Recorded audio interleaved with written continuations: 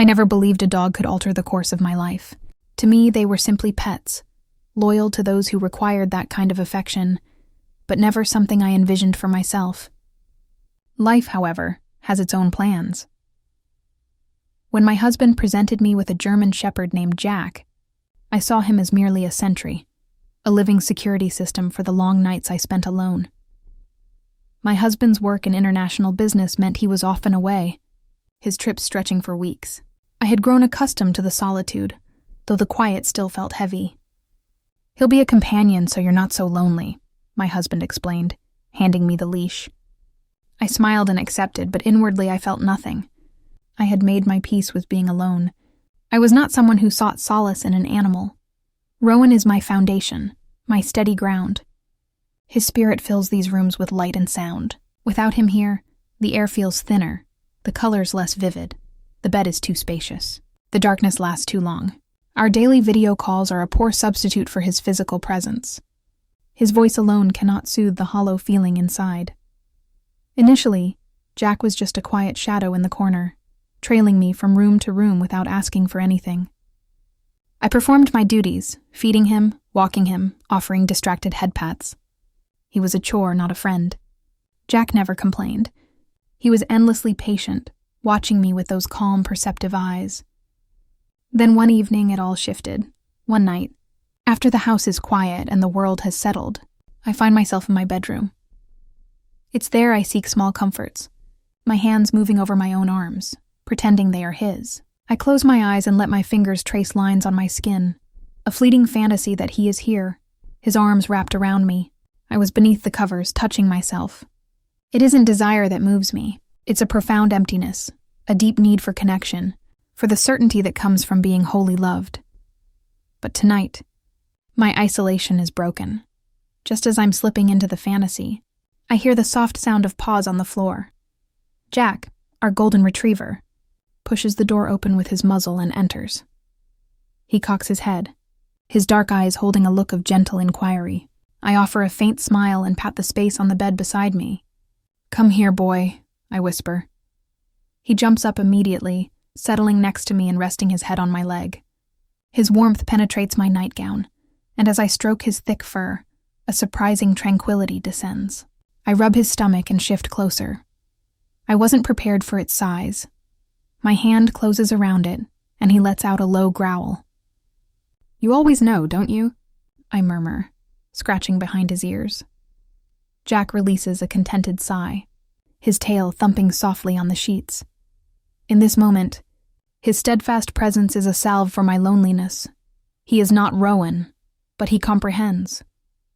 He sees me, and for now that is sufficient. Lying there with Jack beside me, I understand that love doesn't always arrive with grand declarations or passionate embraces. Sometimes it exists in the most ordinary moments. In the steady sound of a dog's breath, in the way he leans into your touch, in the quiet assurance that you are, in fact, not alone. Tomorrow I will rise and continue the routine, counting the days until Rowan is home. And these lonely nights will one day be just a memory. But for now, I will take solace where it is offered, even if it comes from a furry, four-legged friend who always knows what I require. It was another night. A storm had arrived, the kind that makes the house groan. I was struggling with the back door lock, but the key wouldn't budge. My frustration mounted. My heart raced as a cold fear took hold. What if someone gets in? My husband wasn't here. I was alone. I bit my lip, trying to calm my breathing, but the panic was already rising. Then, a warm nudge against my hand. Jack. His eyes, glowing softly in the low light, met mine. He wasn't merely standing there. He was communicating. I hesitated, then moved aside. To my astonishment, Jack went straight to a small kitchen drawer. He pawed at it twice, then looked back at me. Puzzled, I opened it.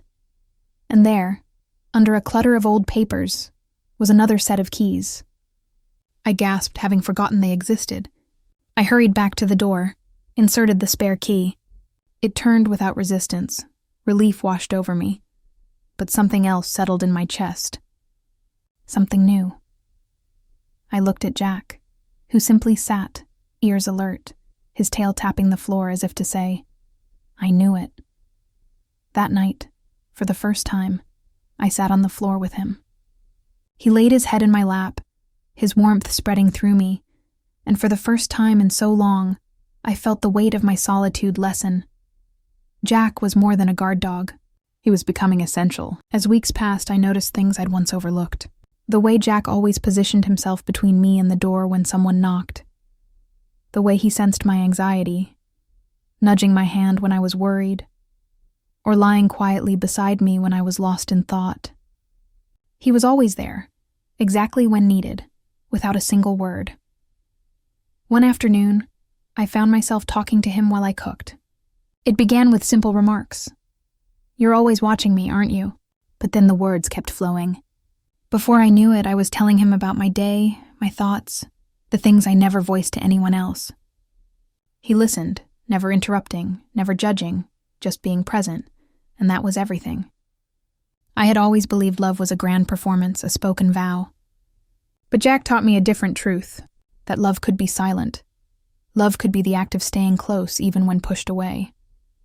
Love could be the patience of waiting, of understanding, without a single word. I didn't know it then, but Jack would soon become more than a companion. He would become my defender, my deepest comfort. And one day, he would save me in ways I could never have foreseen. Time moved on, and Jack became a constant in my life. My husband's trips grew longer. His calls became less frequent. I understood his work was demanding, but that didn't ease the loneliness. In the quiet of our home, it was Jack who filled the void with his unwavering loyalty. One night, I was returning late from the market when I saw something odd, a black sedan parked across the street. Its engine running. At first, I dismissed it, but as I stepped onto my porch, I remembered seeing it the previous night. A knot formed in my stomach. I rushed inside, locking the door. Jack, sensing my fear, pressed against my leg, his body rigid, his ears pitched forward as he faced the window, testing the air. I tried to ignore the dread taking root, tried to convince myself it was nothing. But the next morning, the car was there again. And the day after that.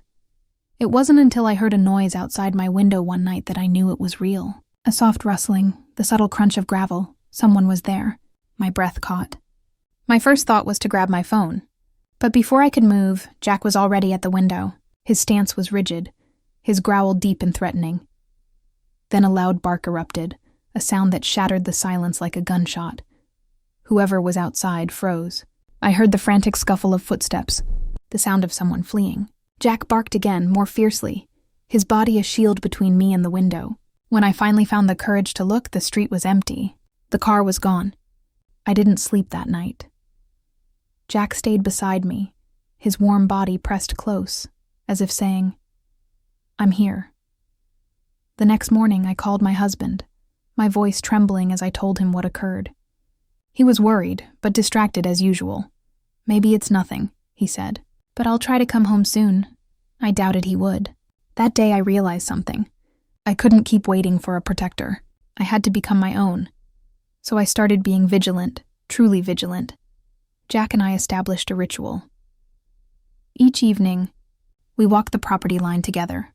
I reinforced the locks, installed security cameras, and every time we went out, Jack would walk a step ahead, his eyes scanning everything with sharp focus. Then one evening, the unexpected happened.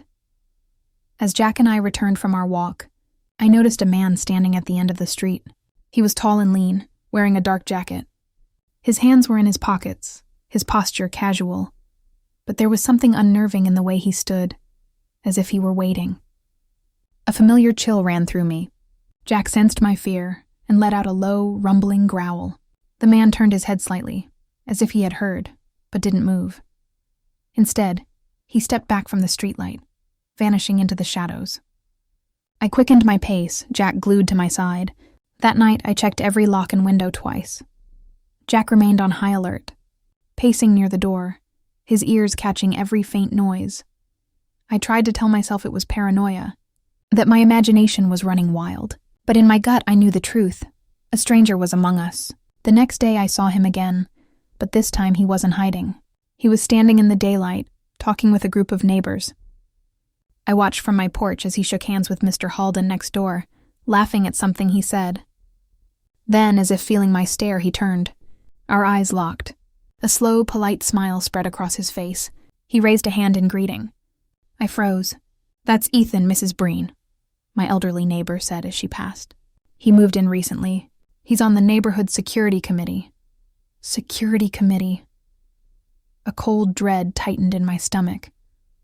Jack stood at my feet, his body tense, his head low as he watched Ethan intently. I forced a smile and nodded, then retreated inside. Something was wrong. Ethan wasn't just a new neighbor. He wasn't just a friendly face. He was the man I had seen watching me. The same man who had been near my house. And no, he was pretending he belonged here. That night, I barely slept. Every creak, every whisper of wind set my nerves on edge. Jack was restless, too, pacing by the front door, his ears twitching at every sound. Then, just after midnight, a noise, a soft click, the unmistakable sound of the backyard gate opening. My heart hammered in my chest. Jack released a deep, warning growl. I reached for my phone with shaking hands, ready to call for help. But before I could dial, something slammed against the back door. A fist. A jolt of terror shot through me. Someone was trying to break in. Jack barked, a ferocious, deafening sound that ripped through the silence. A second later, the door burst open. Ethan stood there, breathing heavily, his eyes dark with malevolent purpose. "I knew you'd be alone," he murmured. "I've been watching for weeks. You never leave. Always here, so vulnerable." I stumbled backward, my pulse roaring. "Get out!" I screamed, but he just smiled. "Shh," he whispered, stepping closer. "No one is coming. No one will hear you." Then he lunged. Before he could reach me, Jack charged, a blur of fur and fury, teeth bared, snarling. He clamped onto Ethan's arm, pulling him back with terrifying force. Ethan yelled, struggling, but Jack held on. He fought with everything he had. His growls echoed, but then a flash of silver, a knife. "No!" I screamed. The blade plunged deep. Jack's body jolted. A pained whimper escaped him. His legs buckled. Ethan shoved him aside. He fell. I couldn't breathe. Jack. I dropped to my knees beside him, my hands trembling as I pressed against the wound. Blood soaked my fingers. His golden eyes met mine. Soft, gentle, even in agony. He was telling me, "This was for you." Something in me broke. I grabbed the nearest object, a heavy glass vase, and swung it with all my strength. The impact sent Ethan stumbling back, stunned. I didn't stop. I hit him again and again until he collapsed, until he was motionless, until I was gasping, my body shaking. Then silence. A terrible, hollow silence. I turned back to Jack, my heart shattering. "Stay with me, boy," I pleaded, stroking his fur. "Please stay." His breathing was shallow, his eyes fluttered. Jack lay still in my arms, his golden eyes now closed, his body limp. The warmth beneath my hands was fading. My breaths came in ragged gasps as I held him, whispering his name. "Please stay." Just a little longer, but there was no answer. A sharp ringing filled my ears, maybe from my own screams, maybe from the approaching sirens growing louder. I barely noticed the red and blue lights flashing across my walls, the sound of heavy boots on the floor. "Ma'am, step away," a firm voice cut through the chaos. I didn't move. I couldn't. Everything was a blur. The officers rushing in, the commotion as they restrained the man on the floor. Ethan. I should have felt relief, but all I could see was Jack. A hand touched my shoulder, firm but kind. "Ma'am, are you hurt?" I blinked, looking up. A police officer knelt beside me, his face full of concern. Behind him, 2 others were hauling Ethan to his feet. His head hung, blood dripping from a gash on his temple where I had hit him. "A passerby saw what happened and called us," the officer said. "We came as fast as we could." I opened my mouth to speak, but no sound emerged. My throat was raw, my chest ached. Then a movement, just a flicker, a shudder beneath my hands. I gasped. Jack. For a fleeting second I hoped. I prayed that he was still fighting, that maybe he could be saved. But then the flicker ceased. His last breath left him, and I knew. A sound tore from my throat, raw, shattered as I held him tighter. I felt the officer's hands gently trying to pull me back, to lead me away, but I refused. No, he's still... I choked on my sobs. He's not gone. He can't be. But deep down, I knew Jack had fought for me. He had given everything. And now he was gone. I buried my face in his fur, my tears soaking into his coat. My protector, my companion, my friend. The officers' voices faded into background noise. I didn't care about the man they were taking away in handcuffs. I didn't care about the lights, the sirens, or the murmured words that I was safe now, because how could I be safe? How could I ever be safe again? When the one who had saved me was gone, the house felt unbearably empty. The silence, once a comfort, was now a weight. But Jack had given me more than protection. He had given me the strength to fight. He had given me the courage to survive. And though he was gone, his love, his pure, selfless love, would remain with me forever.